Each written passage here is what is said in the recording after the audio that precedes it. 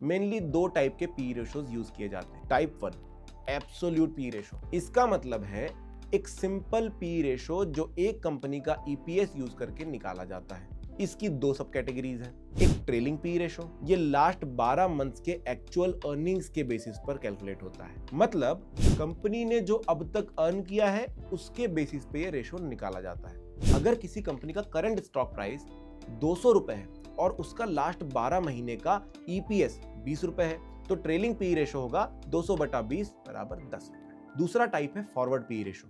नाम से पता चल रहा है ये कंपनी के आने वाले 12 महीने के एक्सपेक्टेड ईपीएस के बेसिस पे निकाला जाता है। यहाँ पे एनालिस्ट या कंपनी का एस्टिमेट यूज होता है जो बताता है कि अगले साल कंपनी कितना कमा सकती है। अगर वही कंपनी प्रेडिक्ट करती है कि अगले 12 महीने में ईपीएस 25 रुपए होगा, तो फॉरवर्ड पी होगा 200/25 बराबर 8 रुपए। मतलब ये स्टॉक आने वाले समय में सस्ता लग सकता है अगर अर्निंग्स एक्सपेक्टेशंस मीट हो जाएं और स्टॉक प्राइस ना बढ़े। टाइप 2 रिलेटिव पी रेशो, ये पी रेशो को किसी रेफरेंस पॉइंट के साथ कंपेयर करता है।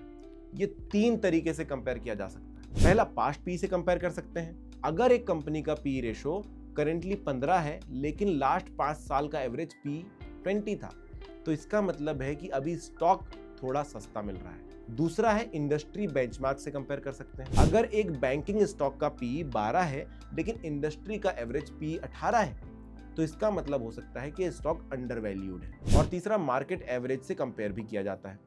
मान लीजिए निफ्टी 50 का एवरेज पी 20 है और अगर एक स्टॉक का पी 30 है, तो इसका मतलब हो सकता है कि ये महंगा है या फिर इस स्टॉक की फ्यूचर ग्रोथ बहुत स्ट्रांग हो सकती है।